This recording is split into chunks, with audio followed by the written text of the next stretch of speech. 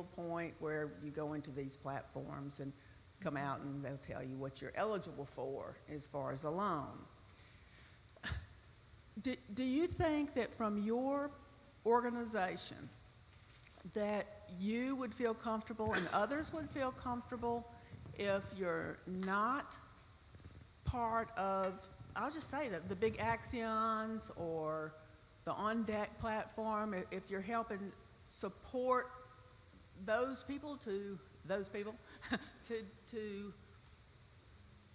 implement and try some of their changes? Is that something you would advocate for too?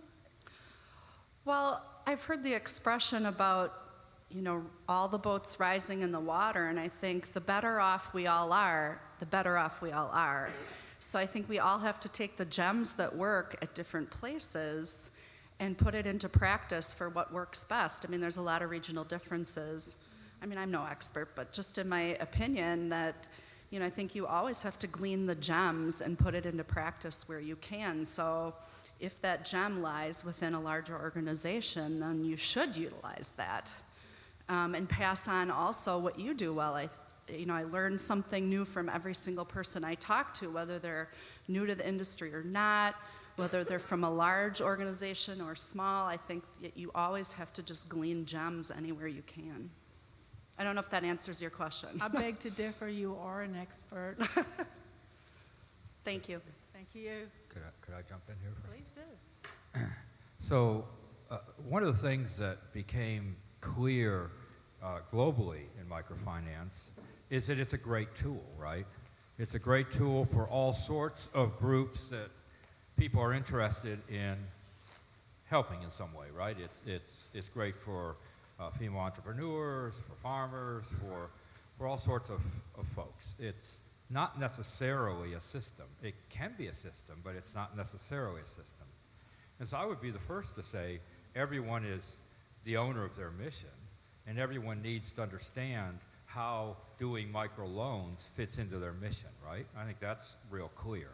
And in that sense, I would actually suggest a useful number to have in mind, kind of to Ira's point of 10,000 microfinance institutions. There are probably 100,000 institutions in the world that do some level of microlending, okay? And many of them may do a very few loans because that suits their purpose, and that's fine. The more interesting conversation isn't whether they should or shouldn't do microlending, it's where do you apply subsidy? So is it better to subsidize a microloan than the mental health or than any number of other activities that organizations that feel like microlending is a valid part of their mission, would be doing?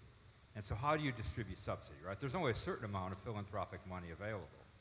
And so is it best used to make microloans or not? If you had a choice globally between supporting girls' education and microlending, how would you make the choice? Because that's the very real choice that donors have, right? And many of us, in fact, in microfinance would say, please, give it to girls' education. Why? Because it's pretty clear by now that globally there's a model for doing microlending that doesn't require the level of subsidy. It's a pretty cheap thing from a public policy point of view for a fairly significant impact. Maybe not all that it has been sold to be, and that's okay. So that's really what you have to struggle with, right? It's not whether you should do or not do microcredit as a small organization, but rather how do you want to distribute your subsidy, and how do you want to do the microlending at the most efficient possible way to serve that social cause, so that whatever subsidy of philanthropy you're able to mobilize in favor of your mission goes to the cause that needs philanthropy most. Do you see how that's a useful way to think about it? It doesn't exclude anybody.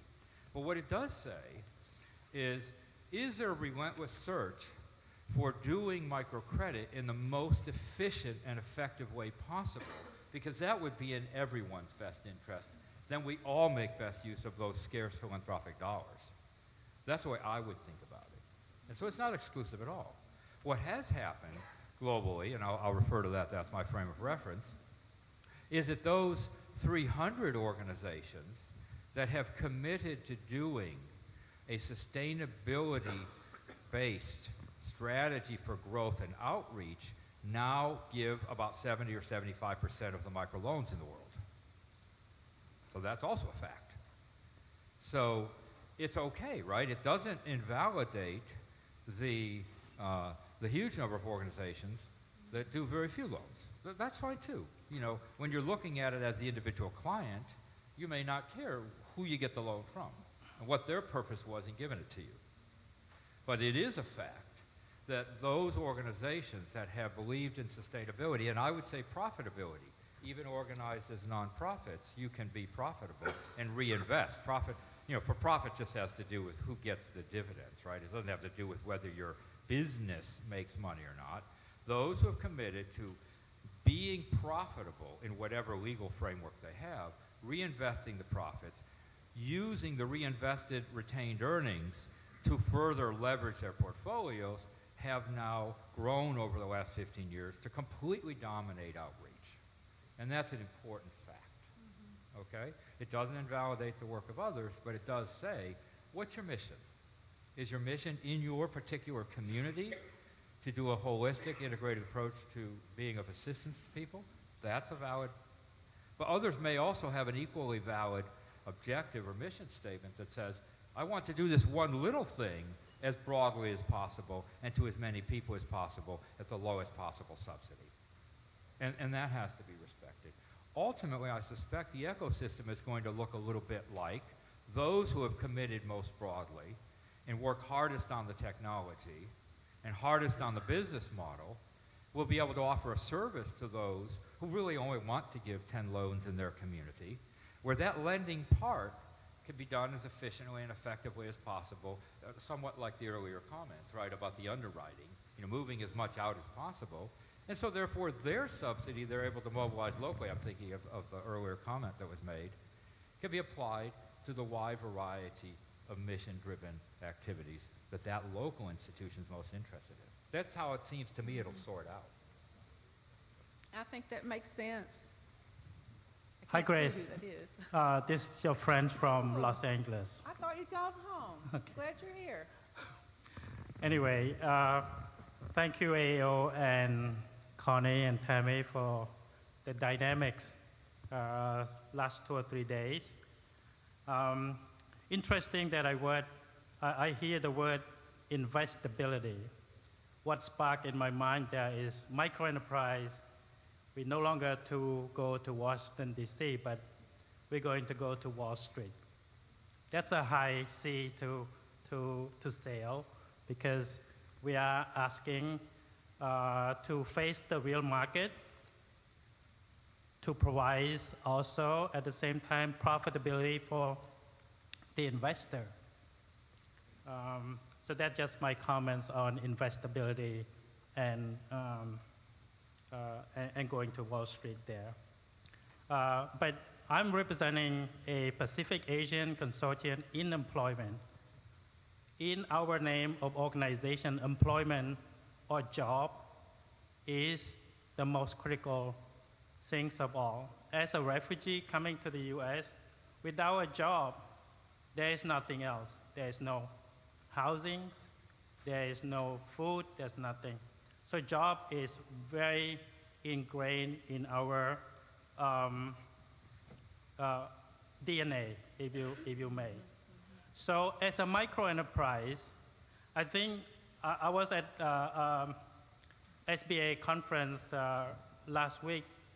Micro enterprise, at least SBA microloan, we produce one job between $3,000 to $7,000 compared to WIA or CDBG block grant. CDBG, $35,000 per job. WIA, $15,000 to $70,000 per job created. How efficient does micro enterprise want to be, right?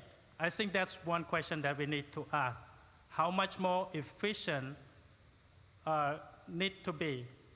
I look at Los Angeles, 3 of the members that used to come, they're no longer there. SBA also said that the whole SBA budget, compared to about 1 week of operation in Afghanistan, SBA microenterprise budget maybe about 1 minute of Afghanistan. If there's no other facts out there, yes, we should pack and go to Wall Street.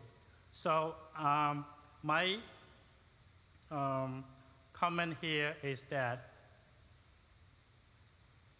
why we're not looking at job creation as our main missions as we talk about this, because microenterprise is based in community.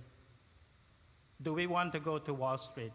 Or should we go to Wall Street, but also to Washington, D.C., and educating those policymakers that our microenterprise job creation is the most efficient compared to WIA and CDBG, and to have not just the 3 members that in Los Angeles stopped coming, but maybe have 10 more new members that are coming, and AOs will be a much bigger and even more dynamics than what we have now. That's question and comment, I guess.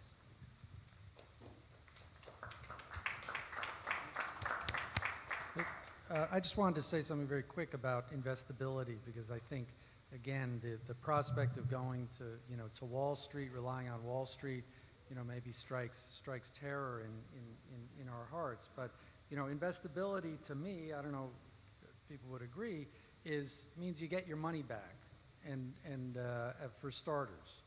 So and as I mentioned with some of the survey data, almost a quarter of these impact investing institutions, that's all they want. They just want to have some confidence they can get their money back. Others, half of them want to earn a market rate of return, but you've got everything in between.